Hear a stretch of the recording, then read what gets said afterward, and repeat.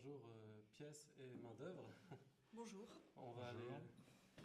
Une question un peu ouverte, mais en même temps pour aller droit au but. Selon vous, en quoi la technologie est un fait majeur dans le capitalisme actuel? En fait, c'est la formule qu'on a employée pour se présenter, enfin à l'entrée de notre site pour décrire notre activité. C'est pas un fait majeur du capitalisme contemporain, c'est le fait majeur du capitalisme contemporain. Et pour l'expliquer, il faudrait d'abord expliquer ce qu'on entend par le mot de technologie. Technologie, pour nous, c'est le contraire de la technique et c'est le produit des noces de la science et du capital. À partir du moment où la science, au XIXe siècle, est intégrée aux forces productives par le capital, que le capital finance les sciences en espérant des retours en applications industrielles et de consommation et de biens et de services, et à partir du moment où les scientifiques et les ingénieurs se font entrepreneurs. Bon. Alors ça, c'est un point.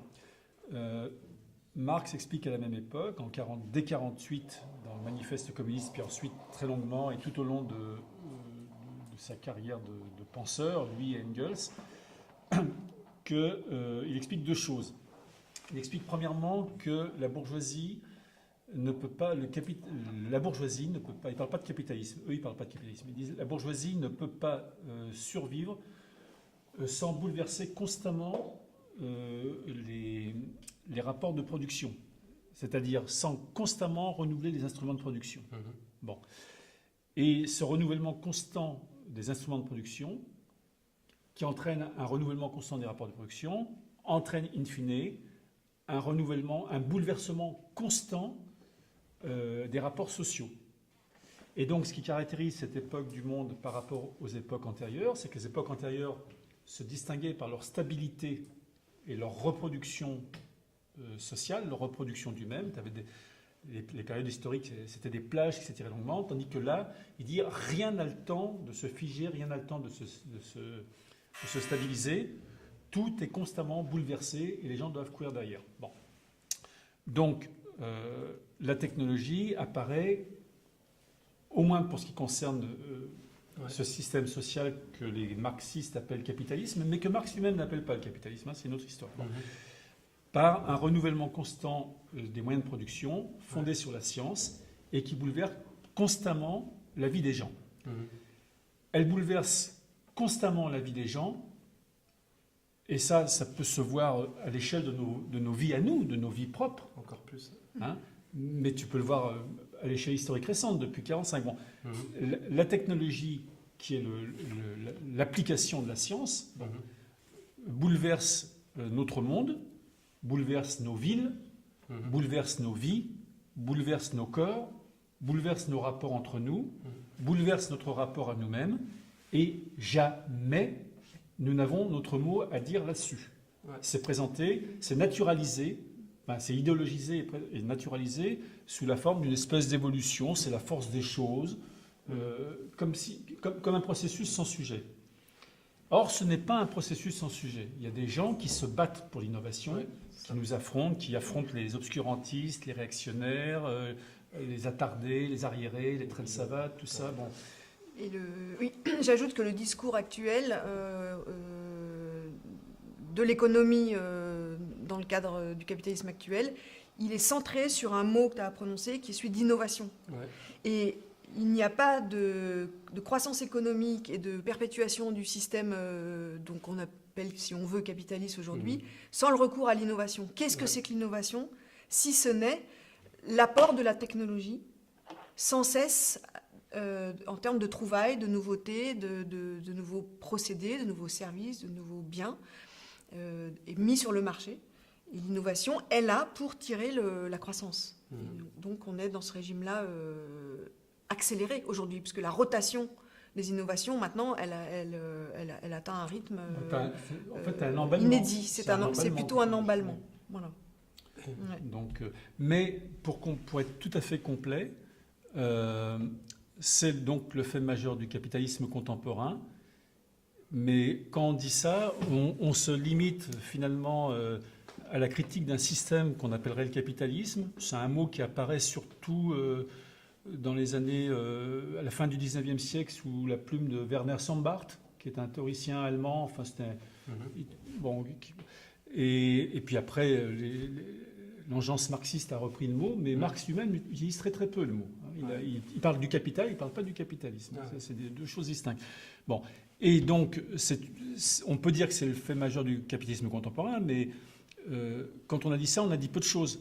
Parce que finalement, on pourrait se débarrasser du capital au sens marxiste du terme, c'est-à-dire on pourrait s'approprier collectivement le capital. Il y a eu un socialisme réellement existant et puis d'autres virtuellement existants qui disent bon, bah, il suffit de s'approprier collectivement les moyens de production et d'échange et de supprimer le salariat. Et à ce moment-là, bah, c'est halal, c'est cachère, il n'y a pas de problème. On s'est emparé des moyens de production et d'échange et on les fait fonctionner à notre profit collectif. Et donc, il n'y a plus de problème avec la technologie. Et là, nous, on est radicalement en désaccord. Parce que, en fait, si tu grattes la pellicule que constitue la propriété privée et le salariat, il reste la société technocratique, techno-industrielle. Bon. Qui impose ses propres hiérarchies, ses propres procédures, qui fait que ce qu'on croit éliminer en éliminant la propriété privée, c'est-à-dire les rapports de domination liés aux moyens, à la possession des moyens, en fait, se reproduit parce que, et ça c'est assez évident quand on regarde ce que c'est que les systèmes technologiques aujourd'hui, tu ne peux pas diriger un complexe technologique, qui soit chimique, qui soit atomique, qui soit numérique. Toutes ces industries-là exigent une hiérarchie de compétences, des experts, et donc ceux qui savent et ceux qui exécutent.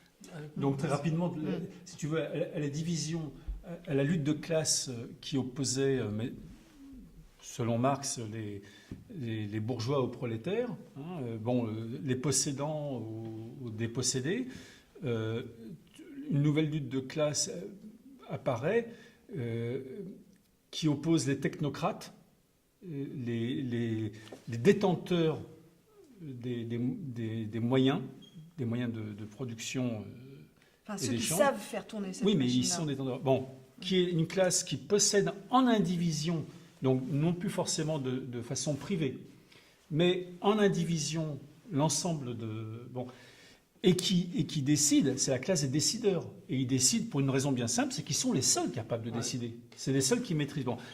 Et face à cette classe des puissants, ceux qui peuvent, et ils peuvent parce qu'ils savent, savoir ses pouvoirs, tu as l'acratie, ceux qui ne peuvent pas et qui ne peuvent que subir. Et je me permets justement de réagir par rapport à quand vous parlez du besoin d'innovation, etc., mais aussi donc les possédants et la technocratie, ce groupe d'experts, le lien avec votre livre « Les chimpanzés du futur ». Est-ce que vous pouvez expliquer un peu pourquoi vous avez écrit ce livre et qu'est-ce que ça signifie, les chimpanzés du futur ? Pourquoi on a écrit ce livre, c'est parce que ça fait 20 ans qu'on enquête sur ces questions-là. J'en profite pour dire qu'on n'est pas parti de l'idée théorique que la technologie serait le fait majeur du capitalisme contemporain pour ensuite le décliner sous des formes concrètes. C'est l'inverse. C'est-à-dire qu'au départ, on n'avait pas d'a priori sur le sujet, on n'avait pas de théorie sur le sujet, mais on a fait des enquêtes à partir de chez nous, à Grenoble, sur ce que c'était que notre ville, qui est la capitale des technologies de pointe, au moins en France, et que ce sont ces enquêtes et mis bout à bout les morceaux du puzzle reconstitués qui nous ont amenés à cette conclusion-là. C'est pas un a priori idéologique, mais c'est la conclusion d'une enquête. C'est important de le dire parce que c'est pas la même démarche. Et donc, au bout de 20 ans, nous, il y a 15 ans qu'on parle de transhumanisme, en fait. On l'a vu très vite arriver parce qu'on s'est intéressé aux nanotechnologies qui sont très représentées dans notre ville, puisque Grenoble se veut la capitale européenne des nanotechnologies. Et les nanotechnologies, on a très vite dit, le problème, c'est pas une nouvelle industrie polluante et avec tous les cortèges des nuisances industrielles qui existent de fait, on ne le nie pas, mais disons en ça, elles sont identiques aux autres vagues technologiques précédentes. Mais le problème des nanotechnologies, c'est le nanomonde. Et qu'est-ce que c'est que le nanomonde? C'est la capacité à faire fusionner le vivant et l'inerte, parce qu'à l'échelle atomique, un atome de carbone, c'est la même chose qu'il soit dans un corps vivant ou dans un corps inerte. Et donc, c'est la possibilité d'aller vers l'homme-machine. C'est-à-dire des hommes hybridés d'implants ou qui peuvent avoir des interfaces communicantes directement avec les machines. Et donc, c'est le transhumanisme. Ça fait depuis 2003 qu'on parle de transhumanisme, qu'on a essayé de documenter ça. Et en gros, là, c'était le moment de rassembler un peu le résultat de nos enquêtes qu'on avait diffusées par ailleurs, mais de façon un peu éparse, sur des sujets. Puis quelquefois, on prend des embranchements. Et là, on s'est dit que c'était le moment de faire une synthèse. Parce qu'en fait, tout ce qu'on a dit en 2003 s'est réalisé.